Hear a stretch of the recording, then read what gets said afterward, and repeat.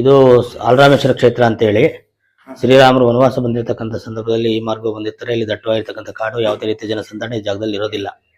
ರಾಮರು ತಂಗ್ಬಿಟ್ಟು ಇಷ್ಟಲಿಂಗ ಪೂಜೆ ಮಾಡ್ತಾರೆ. ಲಿಂಗ ಪೂಜೆ ಜಲ ಬೇಕಲ್ಲ, ಹಿಂಭಾಗದಲ್ಲಿ ಕೊಳ ಇದೆ, ಅಲ್ಲಿ ಬಾಣ ಹೊಡೆದ್ಬಿಟ್ಟು ಜಲ ತೆಗೆದು ಸ್ವಾಮಿಗೆ ಪೂಜೆ ಮಾಡ್ಕೊಂಡು ಇಷ್ಟಲಿಂಗ ಪೂಜೆ ಮಾಡ್ಕೊಂಡು ವನವಾಸ ಪ್ರಯಾಣ ಮುಂದುವರಿತಾರೆ.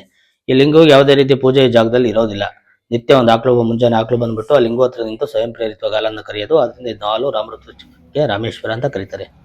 ನೀರು ಕಾಶಿಯಿಂದ ಉದ್ಭವ ಆಗಿರೋ ಜಲ ಅದು. ರಾಮರು ಸ್ವಾಮಿ ಪೂಜೆಗೋಸ್ಕರ ಉದ್ಭವಿಸಿರೋ ಜಲ ಆಗಿರೋದ್ರಿಂದ ಆ ಜಲದಲ್ಲಿ ಫಲಪ್ರಸಾದಗಳು ಬರ್ತವೆ. ಭಕ್ತಾದಿಗಳು ಇಷ್ಟಾರ್ಥಗಳು ಬೇಡ್ಕಂದ್ರೆ ಇಷ್ಟಾರ್ಥಕ್ಕನುಸಾರವಾಗಿ ಅಪ್ಪಣೆಗಳಾಗ್ತವೆ. ಬಾಳೆಹಣ್ಣು, ಅಡಿಕೆ, ತೆಂಗಿನಕಾಯಿ, ಖರ್ಜೂರ, ಕಡಲೆಕಾಳು, ವಿಶೇಷ ತೊಟ್ಲು, ಬಾವನ ಮರ, ತುಂಬಿದ ಕೊಡ, ಶಂಕುಗಳು, ಶಿವಲಿಂಗಗಳು, ಸಾಲಿಗ್ರಾಮಗಳು ಈ ಥರ ಬರ್ತವೆ. ಆಗುತ್ತೆ ಅನ್ನಂಗಿದ್ರೆ ಸ್ವಲ್ಪ ನಿಧಾನ ಆಗುತ್ತೆ ನಂಗಿದ್ರೆ ಪ್ರಸಾದ ಬರ್ತಕ್ಕಂಥ ಟೈಮು ಸಮೇತ ನಿಧಾನ ಆಗುತ್ತೆ. ಆಗಲ್ಲ ನಂಗಿದ್ರೆ ಅಶುಭವಾಗಿರ್ತಕ್ಕಂಥ ಸೂಚನೆಗಳು, ಖಾಲಿ ಚಿಪ್ಪು, ಒಡಕ್ ಬಳೆ, ಇದ್ಲು, ಕಲ್ಲು, ಮಣ್ಣು ಬರ್ತವೆ. ಭಕ್ತಾದಿಗಳು ಯಾವ ರೀತಿ ವಿಚಾರಗಳು ಕೇಳ್ತಾರೆ, ವಿಚಾರಕ್ಕೆ ಅನುಗುಣವಾಗಿ ಅಪ್ಪಣೆ ಆಯಿತು ಅಂದರೆ 3 ತಿಂಗಳಿಂದ ವರ್ಷದೊಳಗಡೆ ಕೆಲಸ ಆಗೋ ನಿರೀಕ್ಷೆ ಇರುತ್ತೆ. ಎಲ್ಲ ಆಯಾ ವಿಚಾರಕ್ಕೆ ಅನುಗುಣವಾಗಿ ಪ್ರಸಾದಗಳು ಬರ್ತವೆ. ಬಂದಮೇಲೆ 1 ವರ್ಷದೊಳಗಡೆ ಕಾರ್ಯಗಳು ನೆರವೇರ್ತಾ ಹೋಗ್ತವೆ. ಇದು ಮುಜರಾಯಿ ಟೆಂಪಲ್. ಇದು ಬೆಳಿಗ್ಗೆ 7 ಗಂಟೆಯಿಂದ ಮಧ್ಯಾಹ್ನ 1 ಗಂಟೆ, ಮತ್ತೆ 2:15 ಸಾಯಂಕಾಲ 6 ಗಂಟೆ ಕ್ಲೋಸ್ ಆಗುತ್ತೆ. ಆ ಟೈಮ್ನಲ್ಲಿ ಬಂದು ಹೋಗ್ಬೋದು ಭಕ್ತಾದಿಗಳು. ಇದು ಸೋಮವಾರ ಈ ತರ ಏನಾದ್ರು ಪ್ರತಿನಿತ್ಯನೂ ಇರುತ್ತೆ. ಸ್ಪೆಷಲ್ ಅನ್ನಂದ್ರೆ ಏನು ಪ್ರತಿನಿತ್ಯನೂ ಇರುತ್ತೆ. ಶಿವರಾತ್ರಿ ವಿಶೇಷ ಪೂಜೆ ಆಗ್ತವೆ. ಹಬ್ಬ ಹರಿದಿನಗಳಿಗೆ ವಿಶೇಷ ಪೂಜೆ ಆಗ್ತವೆ. ಶಿವರಾತ್ರಿ ಉತ್ಸವ ಆಗುತ್ತೆ. ಇದು ವಿಶೇಷ. ಜನಗಳು ಯಾವಾಗ ಬೇಕಾದ್ರೂ ಬರ್ಬೋದು. ಜನ ಅಂತಂದ್ರೆ ಗೌರ್ಮೆಂಟ್ ಹಾಲಿಡೇಸ್ ದಿನ ಬಿಟ್ಟು ಬಂದ್ರೆ ಅವ್ರಿಗೆ ಅನುಕೂಲ. ಯಾಕಂದ್ರೆ ಜನ ಕಡಿಮೆ ಇರ್ತಾರೆ. ಪೂಜೆ ಪುನಸ್ಕಾರಗಳೆಲ್ಲ ನೀಟಾಗಿ ಸಮಾಧಾನವಾಗಿ ಆಗ್ತವೆ.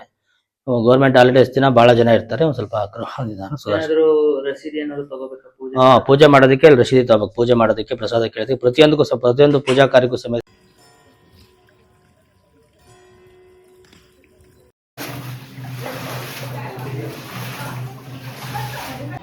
ಮಳೆ ಬಂಗಾರ ಇದು ನಮ್ಮವರಿಗೆ ಬಹಳ ಪ್ರಿಯವಾಗಿರ್ತಕ್ಕಂಥ ವಸ್ತು. ಇದು ಲಕ್ಷ್ಮೀ ಸಂಬಂಧವಾದ ವಿಚಾರದಲ್ಲಿ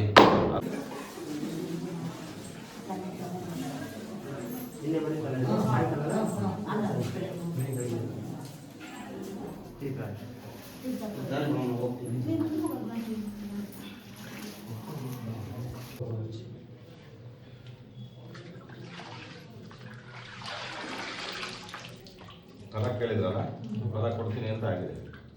ಖರ್ಜೂರ ಬಂದಿದೆ, ಖರ್ಜೂರ ಫಲನೇ ಇದು. ಶುಭ ಸೂಚನೆ ಬಂದಿದೆ. ಅಮ್ಮನವ್ರಿಗೆ ಅರ್ಕೆ ಮಾಡ್ಕೊಳ್ಳಿ. ಮುಂದಿನ ವರ್ಷದೊಳಗಾಗಿ ನಮಗೆ ಫಲ ಕೊಡ್ತಾರೆ. ನಾವು ಹೊಳಲ್ಕೆರೆ ತಾಲೂಕು ಪುಣಜೂರು ಬೋವೇಟೆ ಅಂತೇಳಿ ಊರು ಗ್ರಾಮ. ನಮ್ಮ ಏನಂದರೆ ಇದು ಇತಿಹಾಸ ಇರುವಂಥ ಪುಣ್ಯಕ್ಷೇತ್ರ ಆಲರಾಮೇಶ್ವರ ಅಂತ ಹೇಳಿದರೆ. ಇಲ್ಲಿ ಇತಿಹಾಸ ಇರೋದ್ರಿಂದ ಗಂಗೆ ಪೂಜೆ ಪವಿತ್ರವಾದ ದೇವಸ್ಥಾನ ಇದು. ನಮ್ಮ ಪೂರ್ವಿಕರು, ನಾವು ಮುಂದೆ ನಮ್ಮ ಹಿರಿಯರೆಲ್ಲ ಇಲ್ಲಿ ಮಾಡ್ಕೊಂಬಂದಿರೋದ್ರಿಂದ ವರ್ಷ ನಾವು ಪ್ರತಿ ವರ್ಷವೂ ಜಾತ್ರೆ ಮಾಡ್ತೀವಿ. ಆ ಜಾತ್ರೆ ಟೈಮಲ್ಲಿ ನಮ್ಮ ಇಡೀ ಊರಿನ ಗ್ರಾಮ ದೇವತೆಗಳನ್ನೆಲ್ಲ ಕರ್ಕೊಂಡು ಇಲ್ಲಿ ಗಂಗೆ ಪೂಜೆ ಮಾಡಿಸಿದ್ರೆ ನಮ್ಮ ಊರಿಗೆ ಒಳ್ಳೆಯದಾಗುತ್ತೆ. ಮಳೆ ಬೆಳೆ ಎಲ್ಲ ಚೆನ್ನಾಗಿ ಬರುತ್ತೆ. ಆ ಒಂದು ನಂಬಿಕೆಯಿಂದ ನಾವು ನಮ್ಮೂರಿಂದ ಎಲ್ಲ ಗ್ರಾಮಸ್ಥರೆಲ್ಲ ಸೇರ್ಕೊಂಡು ನಮ್ಮ ಊರಿನ ದೇವ್ರುಗಳನ್ನೆಲ್ಲ ಮಸಿಯಮ್ಮ, ಚೌಡಮ್ಮ, ಕುಕ್ಕಡದಮ್ಮ, ಭೂತಪ್ಪ, ತಿಮ್ಮಪ್ಪ ಈ ದೇವ್ರುಗಳನ್ನೆಲ್ಲ ತಗೊಂಬಂದು ಇಲ್ಲಿ ಗಂಗೆ ಪೂಜೆ ಮಾಡ್ಕೊಂಡು ಇಲ್ಲಿಂದ ಪವಿತ್ರವಾದ ಗಂಗೆ ಪೂಜೆ ಮಾಡ್ಕೊಂಡು ತಗೊಂಡೋಗ್ತೀವಿ.